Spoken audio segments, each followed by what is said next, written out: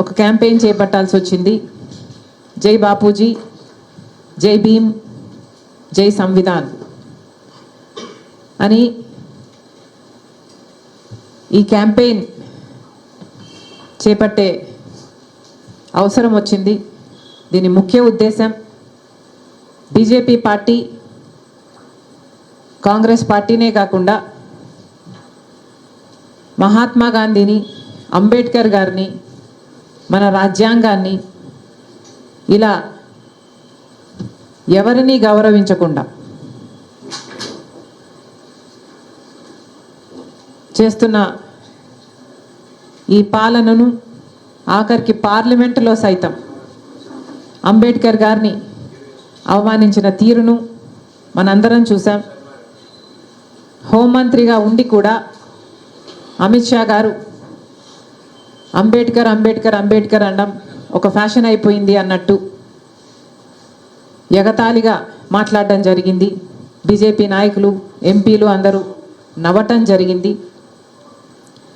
మళ్ళీ చెప్తున్నాం, నిజమే, అంబేద్కర్ అనడం ఒక ఫ్యాషన్ కాదు. ఎందుకంటే అంబేద్కర్ ఒక లెజెండ్. అంబేద్కర్ గారు ఒక ఐడియాలజీ. ఇది బీజేపీకి అర్థం కాలేదు, ఎప్పటికీ అర్థం అవుతుందని మేము అనుకోవటం లేదు. కాబట్టి బీజేపీ పార్టీ బేషరతుగా క్షమాపణలు చెప్పాలని, అమిత్ షా గారు రాజీనామా చేయాలని డిమాండ్ చేస్తూ చేపట్టిన క్యాంపెయిన్ జై బాపూజీ, జై భీమ్, జై సంవిధాన్ అన్న క్యాంపెయిన్. బీజేపీ పార్టీ వైఖరి గత 10 సంవత్సరాలుగా మనందరం చూస్తూనే ఉన్నాం. బీజేపీ పార్టీ ఒక మతతత్వ పార్టీ, మతం పిచ్చి ఉన్న పార్టీ, కులం పిచ్చి ఉన్న పార్టీ. మతం పేరుతో, కులం పేరుతో ఎన్ని రాజకీయాలు చేసిందో దానికి బలైపోయిన ఎంతోమంది మైనారిటీలు, గోద్రా అయితేనేమి, మణిపూర్ అయితేనేమి, ఇలాంటి అన్నీ చూడడం జరిగింది. బీజేపీ దేశ సంపదని దోచిపెట్టి అదాని లాంటి వాళ్ళని పోషిస్తుందన్న సంగతి ఇప్పటికే అర్థమైపోయింది. అంతేకాదు, ప్రభుత్వ వ్యవస్థలను, ఆఖరికి అది ఈసీ అయినా, ఆర్బీఐ అయినా, స్టాక్ ఎక్స్చేంజ్ అయినా, ఈడీ అయినా, సిబిఐ అయినా, ఇన్కమ్ ట్యాక్స్ అయినా, ఇలా ప్రతి ప్రభుత్వ వ్యవస్థని కూడా తమ గుప్పిట్లో పెట్టుకొని స్వార్థ రాజకీయాల కోసం ఎలా వాడుకుంటున్నారో చూస్తున్నాం. ఇవన్నీ సరిపోలేదన్నట్టు ఇప్పుడు మన దేశాన్ని కాషాయమయం చేయడానికి బీజేపీ పూనుకుంది. అందులో భాగంగా దేశ చరిత్రనే మార్చే ప్రయత్నం చేస్తుంది. ఆఖరికి స్వాతంత్ర యోధులను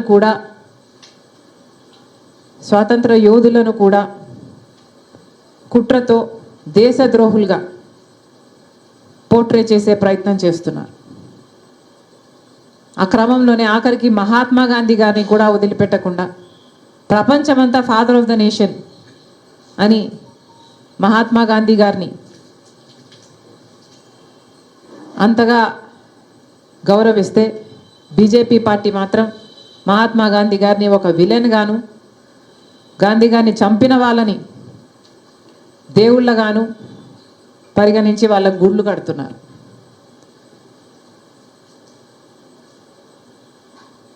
ఇవన్నీ చూస్తున్నాం, ఇవన్నీ గమనిస్తున్నాం. మహాత్మా గాంధీ గారు అహింసావాది అయితే సత్యం, అహింస, ప్రేమ,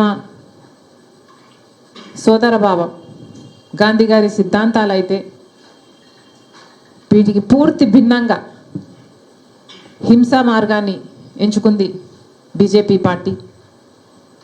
మైనారిటీలు ఉండకూడదు అన్నట్టుగా మసీదులను ధ్వంసం చేయడం అయితేనేమి, చర్చులని నాశనం చేయడం అయితేనేమి, వాళ్ళ మీద దాడులు చేయడం అయితేనేమి, ఇవన్నీ బీజేపీకి అలవాటుగా మారిపోయాయి.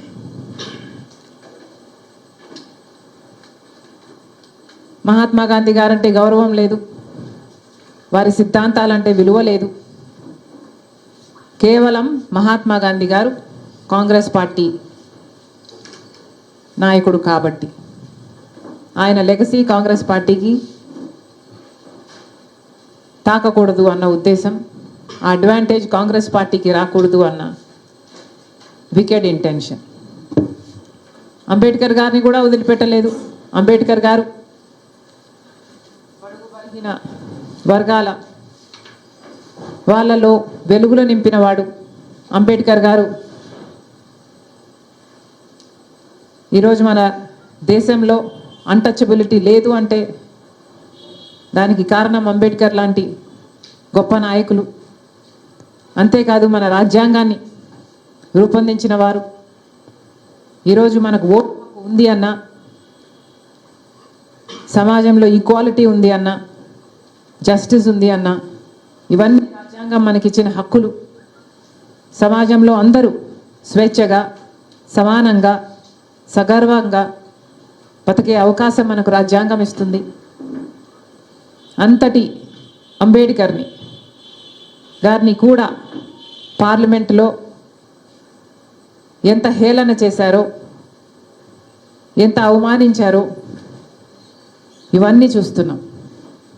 బేసిక్గా దళితులు అంటేనే పడదు బీజేపీ పార్టీకి.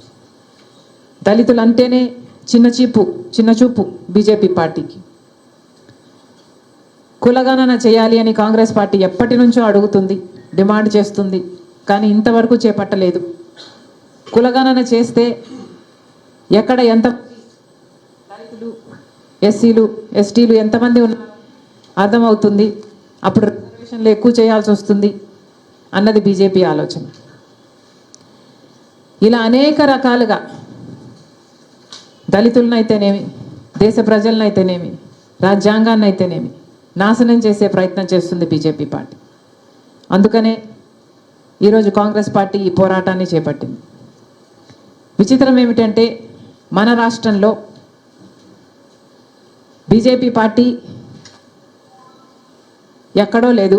బీజేపీ పార్టీ బాబు, జగన్, పవన్ వీళ్ళల్లోనే ఉంది.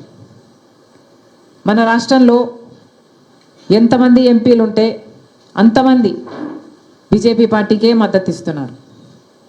అది తెలుగుదేశం కానివ్వండి, వైసీపీ కానివ్వండి, చంద్రబాబు గారైనా, జగన్మోహన్ రెడ్డి గారైనా, పవన్ కళ్యాణ్ గారైనా, వివిధ పార్టీల్లో ఉండి కూడా బీజేపీ ఇంత ఘోరంగా చేస్తున్నా కూడా ఈరోజు అదే పార్టీకి మద్దతు ఇస్తూ అదే బీజేపీ పార్టీకి గులాంగిరి చేస్తున్నారు. అందుకే ఈరోజు కాంగ్రెస్ పార్టీ మీ అందరి మద్దతు కూడా కూడగట్టుకొని ప్రెసిడెంట్ గారికి ఒక రెజల్యూషన్ పంపించి అమిత్ షా గారు రిజైన్ చేసేటట్టు, బీజేపీ పార్టీ క్షమాపణ చెప్పేటట్టు ఒక రెజల్యూషన్ కూడా ఈరోజు పాస్ చేయాలని నిర్ణయించి మీ అందరినీ ఆహ్వానించడం జరిగింది. మరొకసారి వచ్చిన ప్రతి ఒక్కరికి మనస్ఫూర్తిగా స్వాగతం, మనస్ఫూర్తిగా కృతజ్ఞతలు. Thank you.